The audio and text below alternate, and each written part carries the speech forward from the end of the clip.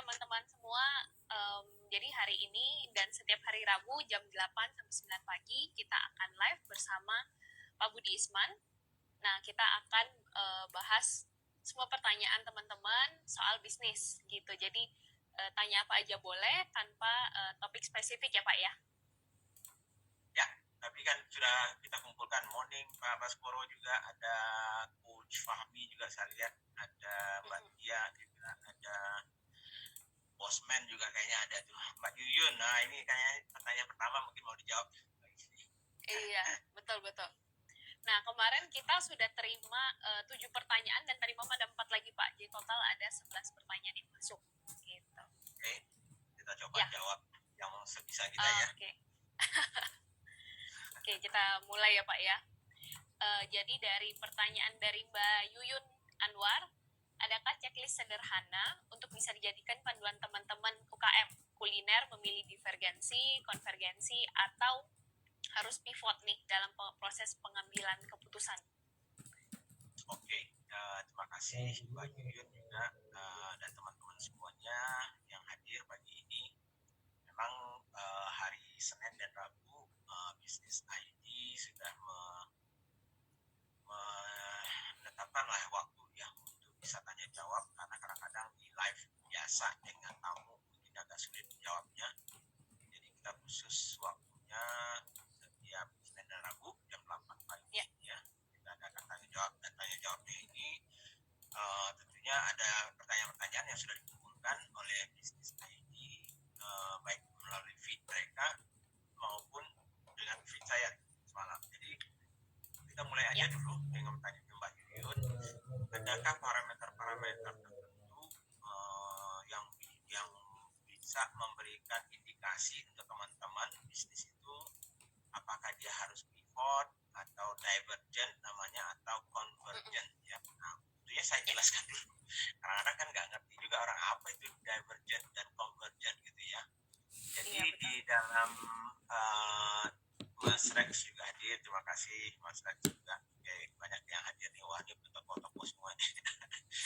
Oke, di dalam waktu kalau saya sharing biasanya lewat modul Smart Business Map ya, dan workshop saya,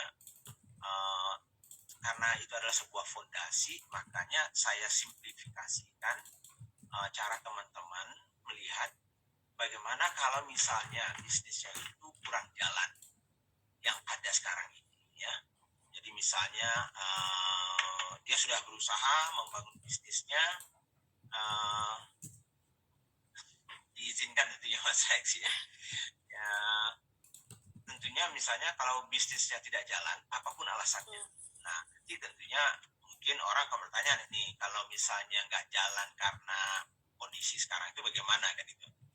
Pada prinsipnya sih sama ya. Jadi kalau bisnisnya itu misalnya kurang berkembang atau malah tidak jalan sama sekali, mungkin menurun ya. Nah, maka secara umum saya bagi tiga, ada tiga hal yang bisa dilakukan gitu ya. Nah, yang tiga ini saya sederhanakan. Sebetulnya banyak sekali tahapannya ya, dan pembagiannya, tapi saya sederhanakan aja. Jadi kalau bisnis itu nggak jalan, kita lihat sih kenapa nggak jalannya kan itu ya.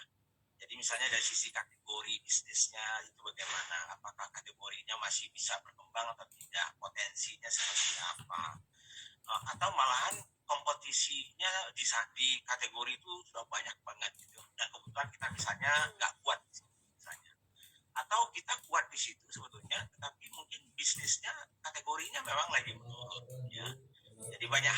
Nah, caranya bagaimana? Bisa salah satunya adalah sebelum kita pivot, ya, pivot itu bagi saya adalah kita memilih sebuah bisnis yang baru yang bukan lagi menjadi core bisnis kita. Nah, itu pivot ya. Pivot itu berarti beralih betul menjadi bisnis yang berbeda dengan apa yang kita lakukan sekarang. Nah, biasanya itu jalan terakhir ya. Karena sayang sekali kalau kita pivot padahal kita sudah punya bisnis ya, yang dimana ada aset-aset yang ada, kemudian pengetahuan tim kita, kompetensi dari tim yang sudah ada di tersebut gitu ya. Nah, jadi harusnya gitu ya, harusnya secara logika pertama sekali kalau bisnis kita itu nggak jalan atau stuck di situ dan segala macam, kita pilih dulu ada divergent namanya ya. Divergent itu adalah memperluas biasanya itu kategori dari bisnisnya ya, divergent itu. Nah, jadi contohnya gini, kemarin saya kasih contoh taksi ya, ya nggak apa-apa kita sebutkan brandnya karena saya tidak endorse brand dan supaya paham teman-teman. Nah, katakanlah dulunya misalnya taksinya Bluebird ya, dulu awalnya taksi ya, tapi kemudian dia sebetulnya sudah divergent gitu ya, dia menjadi taksi, kemudian dia menjadi sebuah bisnis transportasi sebetulnya ya. Jadi bukan hanya taksi saja membawa penumpang ya, tapi juga ada bus misalnya ya, yang ada yang namanya Big Bird ya, Small Bird, ada yang mewah ya, masih di situ. Nah kemarin dengan situasi sekarang ini, dengan situasi mungkin bisnisnya juga tentunya turun dengan adanya COVID-19 ini, dengan orang tidak bisa mobile, maka dia melakukan divergent yang lebih jauh. Jadi dia masuk ke logistik misalnya. Jadi sekarang dia gunakan aset yang ada itu dengan tenaga yang ada, digunakan bisa saya juga bisa ngantar ya, delivery gitu ya, untuk barang-barang dan segala macam. Itu divergent namanya ya. Nah jadi kalau Mbak Yuyun katakan tadi jadi menggunakan aset yang ada ya Pak ya. Ya, aset itu bukan hanya aset fisik, tetapi aset knowledge ya, pengetahuan, aset skill orang-orangnya, gitu ya. Jadi kan kalau misalnya Bluebird masuk misalnya langsung menjual buka ghost kitchen misalnya, atau buka makanan frozen food, jauh banget gitu, jauh banget untuk dia daripada ya itu sudah pivot lah menurut saya ya, itu divergent itu namanya. Jadi memperluas kategorinya tapi menggunakan asetnya. Nah jadi apa sih alasannya ya, tadi itu alasannya kalau memang misalnya bisnis yang core-nya itu kebetulan lagi turun atau malahan dia nggak kuat di situ gitu ya, maka untuk menggunakan asetnya dan pengetahuan dan skills itu bisa divergent. Sedangkan kalau convergent itu adalah memperkecil sebetulnya, memperkecil atau mempertajam, memfokuskan dibandingkan dengan bisnis kita sekarang. Jadi kebalikannya dari sebetulnya divergent itu. Jadi misalnya dalam situasi sekarang misalnya, katakanlah kita punya bisnis cukup banyak ya, kita punya fashion misalnya ya, kita buat baju, kita buat celana, kita buat napkin, kita buat dan segala macam. Termasuk misalnya kebetulan kita ada masker misalnya ya. Nah pada saat situasi sekarang ini misalnya dengan fashion yang biasa kita belum terlalu berkembang ya, dan turun misalnya salesnya, mungkin saat ini ya kita akan convergent dulu, misalnya kita memfokuskan ke satu atau dua bidang saja atau apa namanya produk ya, yang bisa kita kembangkan, dan kebetulan kita juga punya keahliannya di situ gitu. Jadi kalau kita punya keahlian ya, jadi berbeda dengan misalnya kita punya kafe jualan masker, itu pivot itu ya. Ya, selamat pagi Mas Roni. Waduh, Mas Roni ini panutan saya ini foundernya TDA. Selamat pagi juga dari Irawan juga. Oke, jadi itu dia. Jadi divergent itu memperluas ya, menggunakan aset. Convergent itu mempersempit bidang usaha kita. Nah, tapi masih ada related dengan bidang usaha atau aset-aset yang kita gunakan. Jadi sama sih, apa sih yang menentukan kriterianya kita divergent dan convergent? Pertama adalah tadi itu, kalau kategori bisnis kita memang sedang menurun ya, atau malah potensialnya hampir tidak ada ya, mungkin kita perluas ya. Nah salah satu yang convergent yang saya bilang, pengalaman saya itu di Coca-Cola misalnya, dulu misalnya fokusnya itu hanya di minuman bersoda ya, berkarbonasi ya, carbonated soft drink. Tapi karena dia tahu bahwa masa depan misalnya bisnis karbonasi itu mungkin akan menurun dan sudah di atas di puncaknya,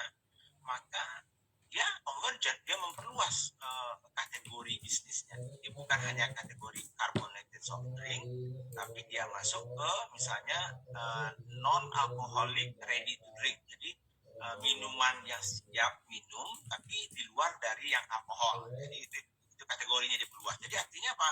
Dia bisa masuk ke air putih, dia bisa masuk ke jus, dia bisa masuk ke teh, dia bisa masuk ke asal masih ready to drink. Jadi dia batasi, dia tidak akan jual bubuk, dia nggak akan jual sase misalnya ya. Itu caranya memperluas convergent dan divergentnya gitu ya.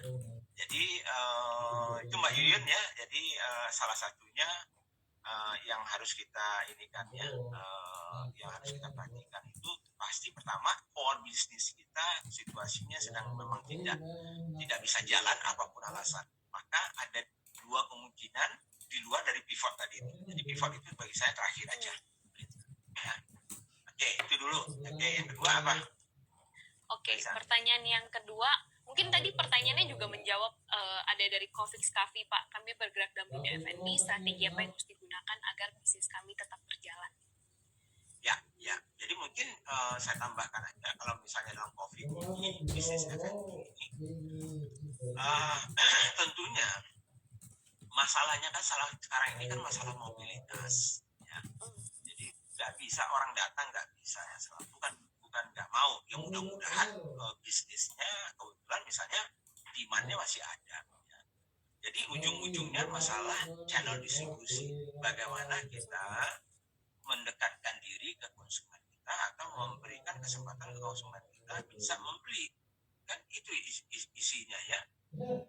Jadi kita makanya di dalam yang saya bilang kemarin itu kita cari problem yang ada sekarang itu di bisnis kita itu apa gitu ya. Nah problemnya itu adalah Mas Pung, terima kasih hadir juga. Mas Pung ini editornya Sindo News.com, luar biasa. Terima kasih Mas Pung juga hadir. Ini orang-orang core of the core ini kayaknya pagi ini datang ini. Ya nggak apa-apa, bagus itu. Jadi teman-teman beruntung juga. Jadi tadi itu kalau problemnya adalah masalah mobilitas, berarti kan kita harus cari jalan bagaimana supaya barang kita itu bisa sampai gitu. Nah, tapi ada juga kemarin teman-teman misalnya kalau misalnya barangnya itu mau jauh misalnya ya, nggak bisa diantar karena nanti rusak atau dingin nantinya nggak enak segala macam. Nah disitulah mungkin dia divergent. Karena misalnya apa? Jadi kalau kemarin itu dia siap janji di kafenya, sekarang dia bikin misalnya makanannya frozen food. Kan banyak sekarang tuh yang terjadi ya. Kafe atau restoran yang sekarang bukan hanya mengantarkan delivery, ya, tetapi mereka mempersiapkan juga ready to eat namanya ya, yang siap dimakan atau frozen yang bisa dibeli walaupun mereka tidak harus makan sekarang. Nah karena itu salah satu salah satu tren atau rush baru ya bagi orang-orang yang misalnya kesulitan keluar, makanya mereka akan menumpuk ya makanan yang bisa mereka prepare atau siapkan di rumah dimasak. Itu misalnya. Oke, thank you Pak. Kita lanjut ke pertanyaan berikutnya dari Mbak Via Story nih. Salam Pak Budi, strategi awal bagi yang mau mulai usaha F&B saat COVID ini bagaimana? Berapa persentase cadangan modal, berapa targeting ideal? Lebih baik mulai sekarang atau wait and see nih sampai keadaan COVID ini mereda? Ya sebetulnya kesempatan tuh ada saja ya, dan kapan saja sebetulnya. Jadi bukan berarti karena COVID ini tidak ada kesempatan untuk membuka bisnis walaupun bisnis yang baru. Cuman harusnya tentunya membuka bisnis sekarang ini betul-betul melihat kategori misalnya ya, dia tadi itu apa, F&B ya? Iya, mau mulai F&B Pak.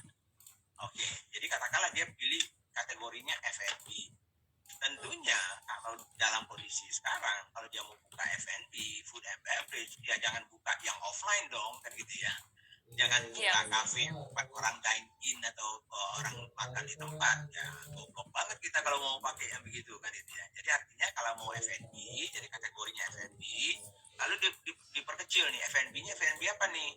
Orang mau dine in atau mau misalnya take out aja bisa, atau malah masuknya ke ready to eat aja misalnya. Jadi dia tidak delivery, dia tidak perlu tempat misalnya, cukup di tempat di rumahnya saja atau di pabriknya ataupun tempatnya buat itu makanannya, kemudian dijual bentuknya bisa frozen, bisa setengah matang misalnya ya. Nah, tinggal memilih nih kategori F&B-nya apalagi nih yang sedang misalnya yang sudah ada demand-nya, atau kalau istilahnya saya itu di dalam Smart Business Map-nya di modul saya satu Playfield namanya ya, carilah problem ya, saya selalu gitu ya, tetap untuk simpelnya ya, saya tidak mengatakan ini cara satu-satunya, tapi secara simpelnya adalah Anda masuk ke kategori food and beverage ya, kemudian misalnya tentunya dalam situasi sekarang jangan yang offline gitu ya, jangan yang kemudian berarti harus online atau misalnya ready to eat ya. Nah, tapi kemudian cari nih apa sekarang ya problem-problem orang di konsumen di kategori food and beverage itu yang mungkin orang belum punya solusinya. Lalu kita memberikan, atau ada existing solusinya, solusi yang ada sekarang ini masih belum bagus misalnya. Katakanlah misalnya misalnya ada ready to eat, dia bukan frozen misalnya. Kadang-kadang frozen itu kan susahnya adalah delivery ya, logistiknya, karena Anda harus punya freezer ya, untuk ngantarnya pun juga harus pakai tempat segala macam. Nah, ada orang yang mungkin dia nggak mau frozen tetapi mau tahan lama misalnya, contohnya ya, dia nggak mau frozen tapi tahan lama gitu. Nah, misalnya mungkin kalau itu adalah cukup banyak orang yang memerlukan itu dan punya problem itu, maka kita mencoba mencarikan jalan bagaimana kita menciptakan sebuah food and beverage tidak perlu frozen ya, tetapi bisa tahan lama misalnya. Nah, itu contoh. Bagaimana saya bilang itu, bagaimana kita mencari problem yang ada di kategori kita masuk ya, lalu kita lihat solusi yang ada, mungkin belum puas orang dengan solusinya, kita berikan solusi yang baru, atau kita ciptakan solusi yang baru memang karena ada kebutuhan baru. Jadi itu sih saran saya sih, kalau peluang ya kapan aja bisa sih bisnis. Oke, jadi yang pasti harus lihat online atau ready to eat, yang pasti jangan offline gitu ya Pak ya? Ya, dalam situasi sekarang sudah pasti saya bilang. Dan juga mungkin tuh ke depannya bisa-bisa behavior atau perilaku orang memang sudah berubah ya. Jadi harus mulai juga mempertimbangkan, karena kalau kita mau bisnis jangka panjang berarti jangan hanya jangka pendek aja kita pikirkan gitu sekarang ini gitu. Itu ya bisa. Oke Pak, kita lanjut ke pertanyaan berikutnya. Ini ada masuk beberapa tentang investor. Okay. Ada dari Mas Agung, baik, bagaimana caranya mengkondisikan investor di saat krisis ini? Sama ada yang tanya nih Pak, dari berbagi bersama berkembang, di saat krisis seperti ini ada rekan UMKM malah mendapat investor. Mereka ingin membuat perusahaan produksi baru untuk melayani kebutuhannya secara eksklusif. Bagaimana formula yang tepat untuk bekerja sama seperti ini Pak Budi? Oke, cerita investor dulu ya. Ya. Ini investor kecil atau investor besar atau menengah ini kita cerita ya. Jadi kalau pengalaman saya selama ini dalam krisis ya, ada dua tipe investor besar ya, besar dan kecil ya. Satu adalah investor yang namanya investor growth ya, biasanya investor yang mencari pertumbuhan ya, yang mencari perusahaan-perusahaan yang stabil yang bisa berkembang ke depannya. Nah, itu ada itu ya, private equity atau venture capital yang tipikalnya seperti itu. Tapi jangan salah, ada dan banyak juga ya tipikal investor yang namanya, nama kasarnya saya itu adalah vulture ya, atau burung pemakan bangkai ya. Jadi artinya mereka malahan bertepuk tangan besar katanya ya. Karena krisis ini bagi mereka itu kesempatan setengah bangkrut, yang mau bangkrut, yang sudah bangkrut, ya, entah itu karena kesalahan manajemen, entah itu kesalahan cash flow dan segala macam, yang bisa mungkin ya mereka masuk dibeli, ya, apakah itu diinvestasi seluruhnya atau dibeli seluruhnya dengan harga murah, kan itu ya. Nah, jangan heran juga kalau orang bilang, loh itu masa dalam krisis ini ada banyak istilahnya diskon sekarang nih, harganya mungkin separuh, mungkin ya, kalau dulu harganya 100 sekarang 50, ada harganya cuma 25 sekarang gitu ya. Jadi jangan salah juga, ada juga yang investor yang getol mencari yang namanya distress asset ya. Distress asset itu adalah aset-aset atau bisnis ya yang memang sedang stres gitu ya, stres karena krisis ya, dan segala macamnya ya. Jadi misalnya properti ya kan banyak tuh di diskon sekarang ini gitu ya, sehingga banyak di diskon ya sekarang ini. Atau bisnis banyak yang bisnis yang udah mungkin mati, setengah mati, yang mungkin memerlukan dana untuk bisa survive. Nah sekarang harganya pasti ya sudah lebih murah ya, untuk survive ya apa boleh buat kan misalnya ya. Nah jadi bisa ada nggak orang yang, atau bisa juga ya, kenapa ada investor yang seperti itu, mungkin yang dari tadi ada investor yang mereka mau eksklusif ya. Jadi bisa saja begini, katakanlah misalnya Melisa punya misalnya awalnya punya kafe ya, bikin makanan ya. Nah tapi karena kondisi COVID sekarang ini, berarti Melisa harus mikirkan, wah saya harus jualan online ya, delivery. Tapi untuk bisa menambah income saya, mungkin saya mau bikin frozen foodnya. Tapi saya nggak punya kemampuan nih bikin frozen foodnya. Saya nggak punya keahlian itu. Saya nggak punya tempatnya, saya nggak punya pabriknya. Lalu saya kebetulan misalnya punya teman nih yang kebetulan punya kemampuan membuat frozen food. Lalu saya bilang sama dia, dulu bisa nggak bikin frozen food saya dengan menu saya seperti ini, dengan formulanya seperti, oh kalau begitu mungkin saya berpikir yang kepanjang, mungkin saya mau juga loh masuk ke industri ini. Nah kenapa nggak malah investasi, kalau misalnya kebetulan saya punya uang misalnya ya, investasi di situ karena saya mau mengembangkan itu juga bisa ya.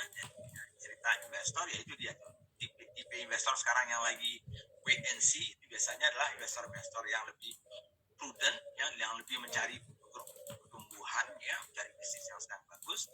Tapi banyak sekali investor yang namanya pemakan bangkai itu vulture ya. Saya juga banyak bergaul dengan teman-teman itu. Tapi sebetulnya nggak salah ya. Ingat tahun 98 itu ada BPPN kalau salah, itu yang badan untuk pengelola aset negara itu, ya bank-bank yang bangkrut itu semuanya dilelang semua toh, dilelang dengan harga diskon itu. Wah itu banyak sekali masuk tuh duit asing itu, beli atau duit siapapun yang punya duit itu, yang bisa membeli dengan harga diskon ya. Jadi justru saat ini kalau mau cari investor itu banyak ya Pak ya? Ya kalau orang, makanya saya bilang kalau orang yang punya duit ya sekarang mungkin shopping. Jadi ingat saya tahun 98 dulu waktu krisis, wah teman saya kaya raya belinya itu ada 2-3 buah rumah di Pondok Indah itu. Saya bilang, wah hebat juga ya, dolarnya dulu dia simpan dolar cukup banyak, nah tiba-tiba dolarnya bisa 4-5 kali lipat harganya kan itu naiknya. Nah dan orang lagi stres lagi, jadi artinya udahlah dia punya duitnya bertambah ya kalau dirupiahkan. Kemudian harga rumah itu yang di Pondok Indah itu turun gitu, orang mau pokoknya jual cepat aja lah, pokoknya diskon gitu, 50. Jadi banyak ya seperti itu contoh yang belum lagi kalau bisnis ya cerita. Nah, oke Pak. Nah pertanyaan berikutnya nih Pak dari Handoko.Anton, gimana cara kelola saham skala UKM Pak? Bagaimana mengelola saham untuk UKM? Bagaimana mengelola saham UKM? Kurang paham saya sebetulnya pertanyaannya, tapi mungkin maksudnya itu adalah dia punya saham mungkin ya, atau dia punya bisnis ya yang mungkin dia bentuknya mungkin PT ya sehingga ada saham di situ, mungkin yang mengelolanya itu artinya mungkin apakah dia perlu investor atau tidak ya. Atau makanya pertanyaannya agak bingung aja saya sih, atau misalnya dia walaupun UKM tapi beli saham misalnya, saya nggak tahu juga. Jadi mungkin dia main trading stock, mungkin saya juga nggak tahu. Tapi intinya gini, artinya kalau kita sebagai UKM, kalau kita belum punya badan usaha misalnya ya, tentunya kalau kita mampu dan ingin berkembang lebih besar, paling bagus dirikanlah PT gitu ya. Tapi kalau tidak, mungkin minimal CV.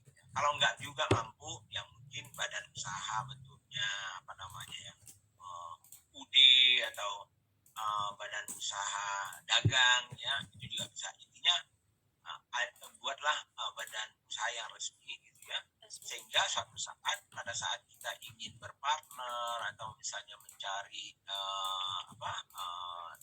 teman untuk berbisnis ya, sudah ada legalnya yang Ya. bisa dilakukan. Itu sih mungkin ya, karena belum clear banget bagi saya pertanyaannya, mungkin itu sih. Jadi sehingga ya bisa, kalau mau partner ya silakan gitu ya. Nah, tinggal kita melihatnya berapa partner itu mau masuk, nilainya seperti apa masuknya, kontribusinya apa di dalam bisnis kita. Gitu Lisa. Oke Pak. Nah kita lanjut ke kita ada 3 pertanyaan yang terkait dengan leader nih Pak. Oke, Mungkin di leadership ya. bisnis. Dari Mas Hara Haprudi. When the leaders sons give up facing to the reality, what should we as followers do? Leader jangan give up dong. Itu leader yang gak bagus menurut saya sih kalau give up gitu ya.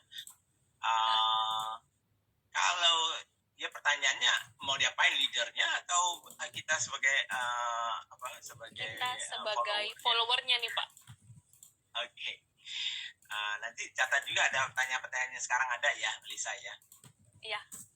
Ya yang lagi sekarang lagi Yang live kita kan ada tanya ya. Oke. Ya prinsip dasarnya adalah leader nggak boleh dong give up ya, kecuali kalau Anda tidak berminat lagi menjadi leader. Tapi kalau saya menjadi follower ya, kalau leader saya misalnya katakanlah give up, ini mungkin kesempatan kita untuk muncul sebagai leader yang baru. Artinya kan gitu ya. Artinya kalau kita yang follower ini, bagi saya bisa saja mereka juga menjadi informal leader yang informal ya, yang bisa untuk misalnya memimpin, karena mungkin leader yang sekarang tidak mampu atau malahan mereka give up dengan situasi yang sekarang ini. Jadi sebagai follower harusnya kalau memang kita juga yakin ya, kita mungkin bisa muncul sebagai leader yang baru gitu Lisa ya.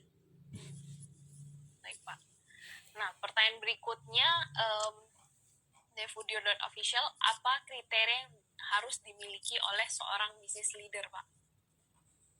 Kriteria yang harus dipunyai seorang business leader. Oke. Kemarin mungkin di dalam video saya Leadership in Crisis ya, saya sudah sampaikan waktu saya live dengan di Santara waktu itu ya, juga saya sampaikan. Tapi itu lebih khusus ke pada saat krisis ini, karena sebetulnya ini leader yang baik itu dia punya kompetensi umum ya yang harus dipunyai, tergantung situasinya kita. Makanya ada juga yang namanya teorinya itu situational leadership ya.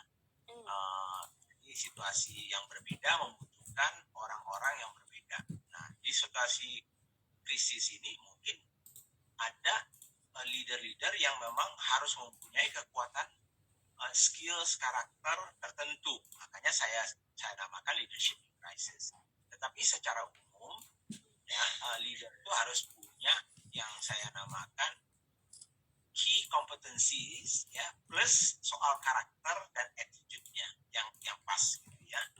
Jadi misalnya pertama key competencies-nya itu adalah soal leadership itu sendiri. Jadi ada leadership itu banyak ya. Misalnya soal seorang leader itu harus mempunyai visi yang inspiratif misalnya ya. Kemudian seorang leader itu harus bisa mengartikulasikan atau menerjemahkan visinya itu ke dalam bentuk objektif dan rencana yang bisa dilaksanakan. Karena percuma juga hanya sekedar mimpi aja, tapi kemudian mimpi itu nggak bisa diterjemahkan gitu ya. Itu soal leadership misalnya. Leadership itu juga soal membangun timnya ya, itu juga leadership juga ya.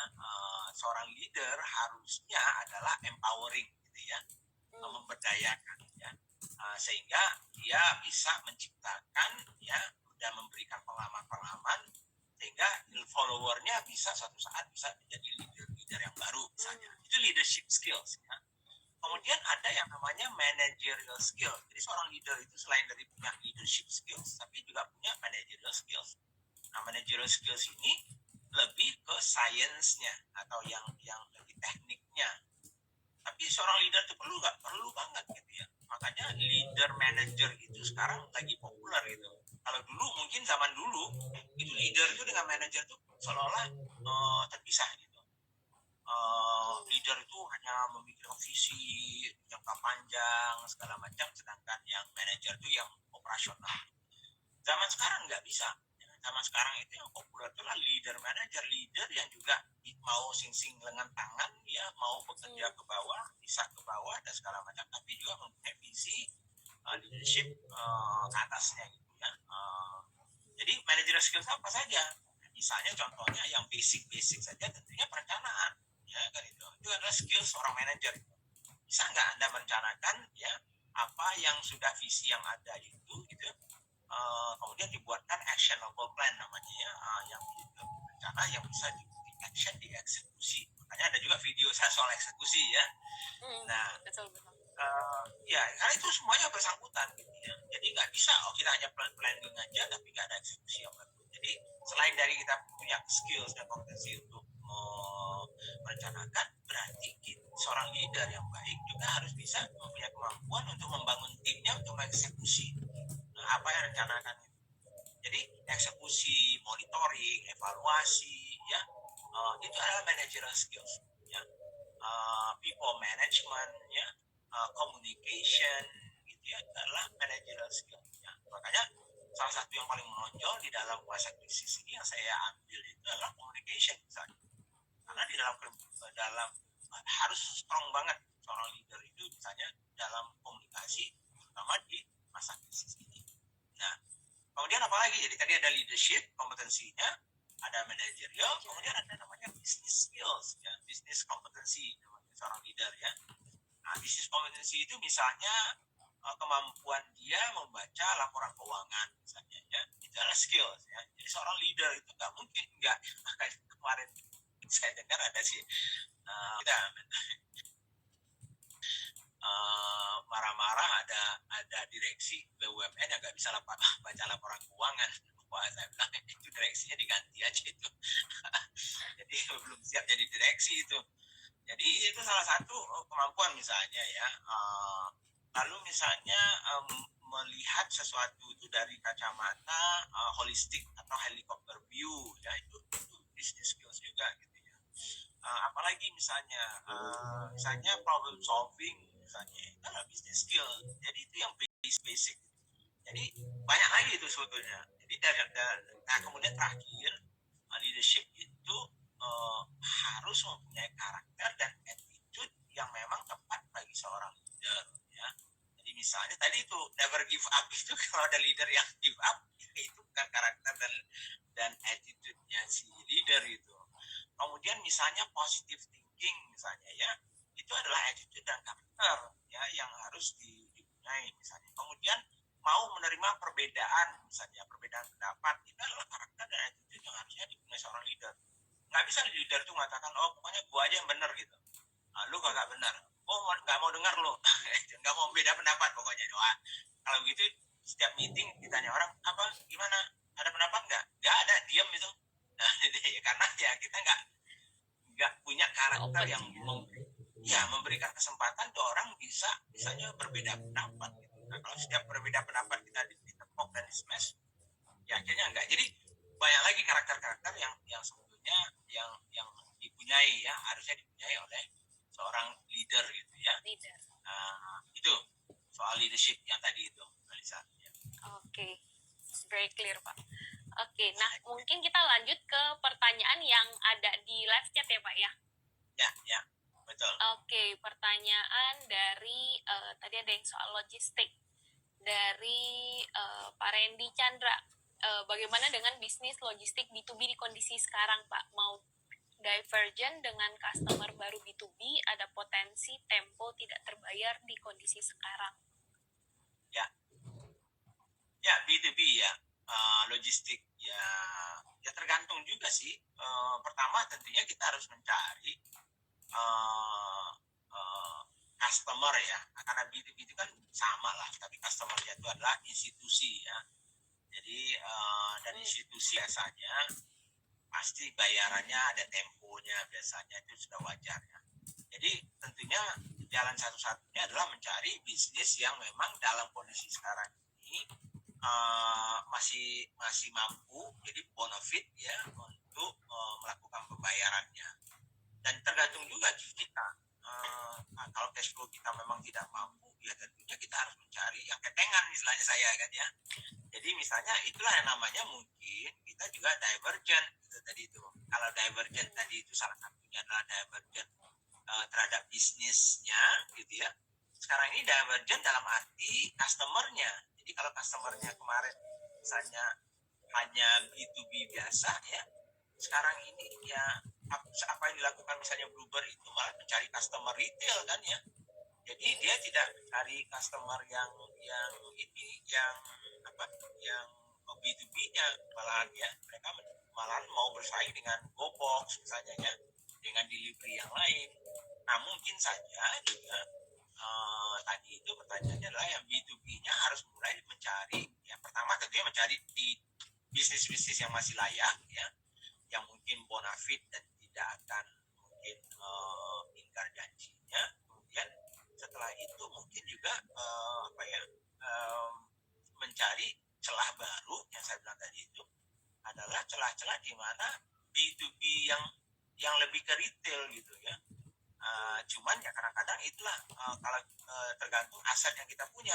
Kalau kita punya truk misalnya truk yang pakai winger yang gede-gede gitu ya, yang 20 ton, 25 ton, lalu kita pakai untuk retail bawa 1 box, 2 box ya berarti yang susah juga gitu ya. Jadi dilemanya memang di situlah, tapi intinya adalah memang kita harus menggunakan aset kita dulu ya untuk mencoba mencari pasar barunya. Jadi di divergentnya itu mungkin ke sana dulu. Gitu. Oke Pak. Nah berikutnya ada yang tanya nih dari Pak Boni, apa yang lebih scary Pak untuk bisnis saat ini, market atau financial? Yang ditakuti apa? Semuanya ditakuti. Karena semuanya berhubungan. Jadi artinya enggak, ini bukan antara satu itu tidak berhubungan dengan yang lain gitu ya. Financial crisis itu kadang-kadang bukan dari sisi soal financial crisis, misalnya krisis keuangan, itu hanya akibat kan itu akibat dari sesuatu. Jadi nggak bisa dikatakan saya takut krisis keuangan. Loh, krisis keuangan itu hanya terjadi kalau ada krisis yang lain terjadi gitu. Nah, seperti yang sekarang ini, krisis ekonomi kita sebetulnya bukan karena ekonominya tidak jalan, tetapi ada krisis kesehatan gitu ya. Krisis kesehatan yang walaupun misalnya bisnis kita, ekonomi kita belum bagus-bagus amat, masih bisa lah tumbuh misalnya 4%, 5% misalnya ya.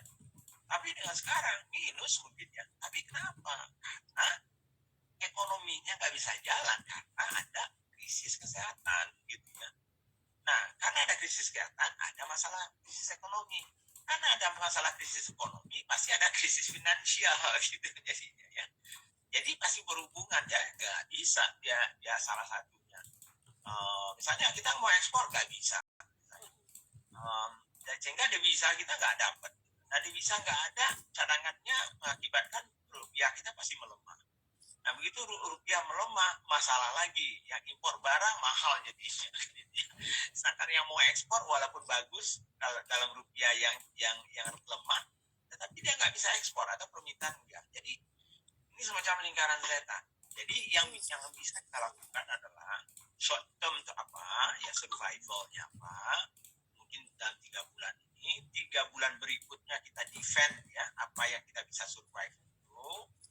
Nah, kemudian mungkin setelah akhir tahun, mungkin awal-awal tahun depan, kalau saya sih baru mikirkan bagaimana kita bisa recover.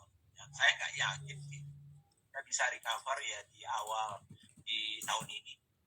Pesimisnya saya gitu ya. Saya selalu menyiapkan untuk the worst case-nya. Jadi kalau bisa lebih cepat itu bonus bagi saya. Tapi misalnya cash flow, ya, kita harus punya minimal menurut saya 3 sampai 6 bulan. Nah, kalau bisnisnya nol, hidup nggak kita 6 bulan. Nah, kalau nggak punya, cari jalan. Gimana caranya? Harus antisipasi sampai akhir tahun nih Pak ya, for the worst case ya. Kalau saya sih iya. Ya, tapi masalahnya orang mampu atau tidak. Ada juga teman yang bilang, Pak, nafas saya cuma 1 bulan, Pak. Nah, itu cepat-cepat cari jalan lain gitu ya. Apakah kita pivot misalnya atau dagang ya. Mungkin sekarang ini yang bukan paling mudah sih ya, tapi ya mungkin harus dagang ya. Dan cari produk apa yang lagi laku sekarang ini ya. Mungkin resourcesnya dipindahkan sebagian ke situ sambil istilahnya saya itu bisnis core-nya kalau misalnya nggak jalan itu dimati surikan, di mothball misalnya, dijadikan kepompong, simpan dulu gitu. Kita cari dulu yang bisa cari makan dulu gitu ya.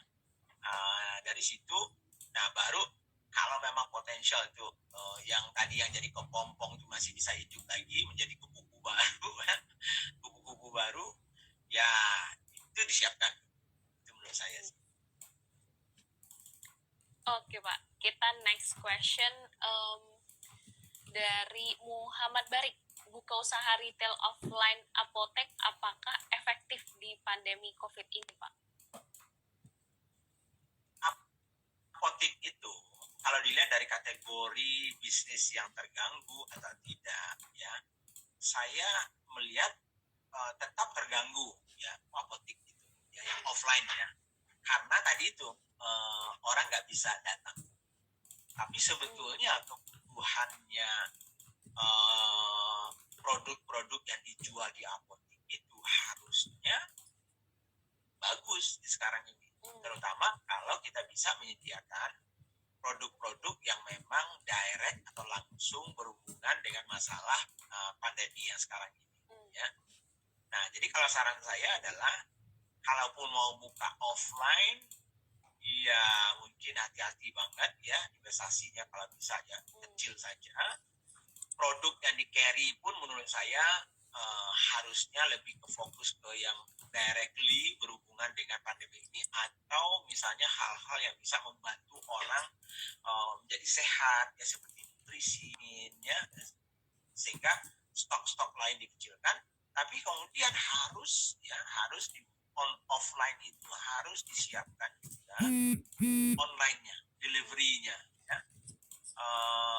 Makanya sekarang kadang-kadang banyak orang karena nggak bisa jalan, nggak bisa beli itu, malahan ada platform-platform yang sebetulnya hanya jasa Halodoc atau apa dok itulah misalnya ya.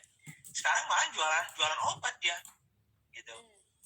Ya karena dia sudah punya customernya, tinggal dia mencari apotek-apotek mana yang bisa bekerja sama di daerah-daerah yang dimana berada permintaannya. Jadi ada yang mempunyai opportunity seperti itu, ada juga yang tidak gitu. Ya itu. Jadi apotek itu sih menurut saya sih. Kalau soal kesehatan harusnya punya, tapi offline tetap akan berat. Hati-hati dengan investasinya ya Pak ya, dan harus prepare juga nih untuk online-nya ya. Betul. Oke, nah ini nextnya Pak. Mungkin karena banyak yang ngomongin soal frozen food, jadi ada yang tanya nih, bagaimana menghadapi lawan yang banyak di kategori frozen food Pak? Ya, ya sebetulnya itu makanya di Smart Business Map saya jangan hanya buat produknya saja gitu, kita harus pikirin gitu. Jadi jangan product oriented. Ya. Kita sudah benar sih mungkin caranya kategori yang lagi tumbuh sekarang itu apa, misalnya frozen food ya oke. Tapi kemudian cari nih. Jadi step pertama kalau di Smart Business Map adalah what is the problem you are trying to solve? Apa sebetulnya problem yang Anda mau solve di frozen food itu? Karena kalau tidak Anda sama dengan yang lain dong. Jadi Anda nggak ada bedanya. Jadi tadi itu misalnya ada frozen food yang harus misalnya pakai freezer. Tapi tidak semua orang punya freezer. Misalnya. Nah sekarang, kalau begitu, mungkin kalau ada frozen food yang nggak perlu pakai freezer, ya, cukup dan di bawahnya saja, apa coolernya saja, nggak usah pakai freezer. Mungkin lebih banyak orang yang punya yang coolernya gitu ya, dibandingkan freezer. Karena freezer itu kan biasanya kan kecil ya tempatnya ya. Kecil. Jadi kalau kita menumpuk, kecuali kalau kita punya cooler yang besar misalnya. Tapi mungkin itu salah satu problem misalnya. Sehingga kita menciptakan misalnya frozen food ya juga, tapi frozen food yang bisa sebetulnya disimpan misalnya hanya di cooler, nggak usah di freezer. Lebih hebat lagi frozen food misalnya yang bisa ditaruh di luar aja misalnya. Jadi pasarnya jadi lebih luas toh misalnya. Kemudian apalagi sih problem yang ada di frozen food itu misalnya. Ternyata frozen food banyak sih sekarang tapi relatif mahal. Itu salah satu lagi problem. Mungkin solusinya adalah cari frozen food yang affordable, yang bisa terjangkau misalnya.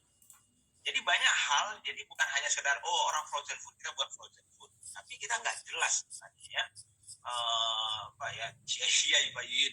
Produk bisa ya yang di udara biasa bisa, tapi intinya adalah jangan ada sekedar membuat produk ya yang nantinya tidak ada solusi, hanya Anda memberikan solusi yang sama ya, tetapi malah orang lain karena sudah duluan ya, mereka yang punya nama, mereka yang punya brand ya, maka mereka yang akan laku gitu. Kalau hanya sekedar sama saja dengan yang lain ya, itu sih kalau soal jadi balik lagi ke yang tadi yang di atas juga, harus tetap selalu fokus di solving masalahnya nih Pak ya. Jadi jangan yang pertama lihat kategori yang bertumbuh, kemudian problem apa lagi nih yang belum di solve di market gitu ya. Paling mudah seperti itu ya. Bisa juga kita kan nggak ada masalah, jadi kita bisa kita ciptakan masalah ya. Kita ciptakan masalah ya, jadi masalah orang, misalnya masalah gengsi misalnya. Sebetulnya orang itu kan nggak masalah gengsi, tapi ada orang yang bermasalah dengan gengsi misalnya ya, sehingga supaya Anda bergengsi, masalah Anda adalah produk saya beli gitu misalnya ya, sehingga saya masuk ke dalam produk-produk misalnya yang luxurious, yang lifestyle, yang mahal misalnya, karena gengsi misalnya. Ya, tetap aja ujung-ujungnya itu sebuah masalah saya sih. Masalahnya orang pengen tampil misalnya ya, value-nya apa sih? Saya punya begini ya kan itu. Orang yang beli Hermes dan segala macam itu udah pasti punya masalah sebetulnya.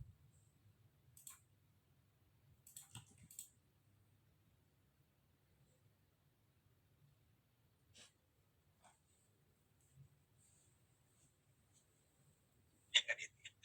Masalahnya adalah ya, aduh istri saya di belakang. Enggak lain kok ya, bukan itu.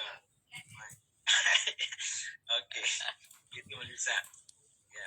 Oke Pak, menarik banget. Ini ada yang tanya mengenai peluang bisnis sleepwear, karena banyak yang di rumah. Apa tepat memulainya saat sekarang? Peluang apa? Bisnis apa? Bisnis sleepwear Pak, baju di rumah. Ya betul.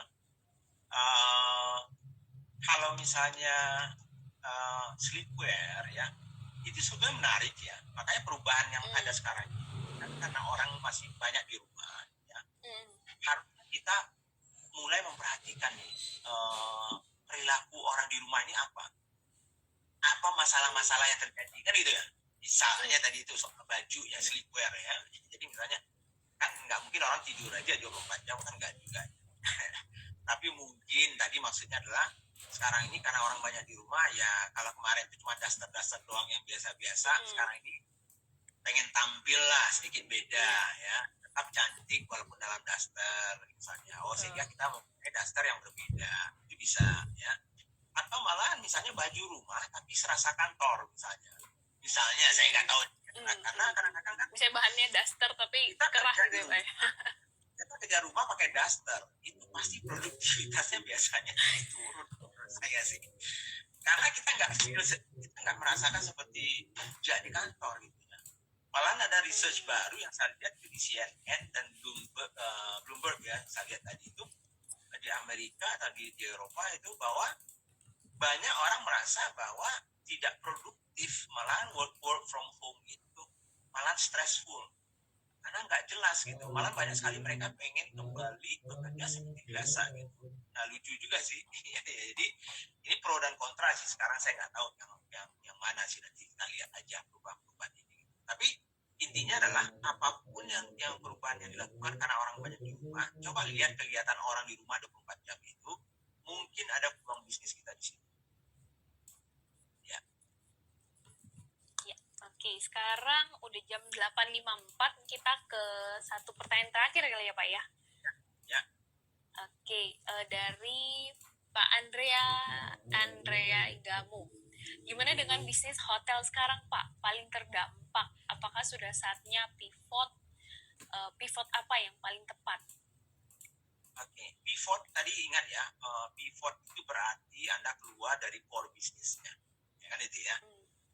Nah, kalau saya sih jangan pikirkan pivotnya dulu, bagaimana menggunakan aset-aset itu divergent dulu, ya. Kalau enggak convergent, terserah ya. Jadi divergent artinya apa yang kita punya, skills apa yang kita punya. Jadi banyak sekarang ini malahan di Lipo Group, setahu saya itu banyak merubah hotelnya bisa menjadi rumah sakit, ya, bisa menjadi tempat orang misalnya mendapatkan perawatan khusus gitu ya, walaupun dia nggak kena misalnya ya. Bisa dijadikan itu tempat Anda beristirahat. Jadi sekarang ini Anda nggak bisa traveling ya, Anda nggak bisa liburan. Nah, Anda liburan ke hotel saya misalnya, tapi Anda liburan sambil sehat ya, ada dokter yang menjaga Anda di situ ya, sehingga Anda nggak bosan di rumah misalnya. Jadi dijadikan itu. Jadi itu masih sejalan misalnya ya. Itu masih bisa mungkin memakai aset-aset yang ada dan kompetensi dari orang-orang yang dia punya.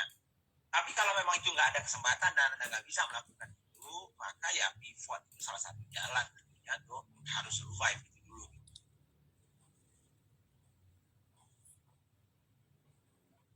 Jadi kalau pivot itu last option ya Pak ya? Lihat last dulu option untuk divergent dan convergent ya. Betul. Oke. Ya, ini kita udah 8.56 Pak. Jadi untuk yang hari ini itu pertanyaan terakhir untuk sesi kita hari ini. Untuk pertanyaan teman-teman yang belum terjawab akan kita bahas di live hari Rabu jam 8 ya? Iya, kita ketemu lagi di Rabu jam 8 sampai 9 pagi. Untuk teman-teman yang punya pertanyaan lebih lanjut bisa tulis di kolom komen Bisnis ID. Jadi nanti bisa kita catat dan kita bahas di live berikutnya. Oke, terima kasih Melissa. Teman-teman semuanya juga terima kasih ya. Jadi memang sengaja kita pilih ya pagi-pagi ya, walaupun mungkin nggak terlalu banyak orang, tapi lebih fokus kita dan bisa menjawab pertanyaan-pertanyaan teman-teman. Dan bagi teman-teman yang pengen betul-betul bisa Q&A dengan kita, pantengin ini jam 8 pagi Senin sama Rabu gitu ya. Iya. Terima kasih Oke, thank you Pak Budi. Sama-sama. Terima kasih semuanya. Selamat pagi. Assalamualaikum. Thank you semuanya. Pagi.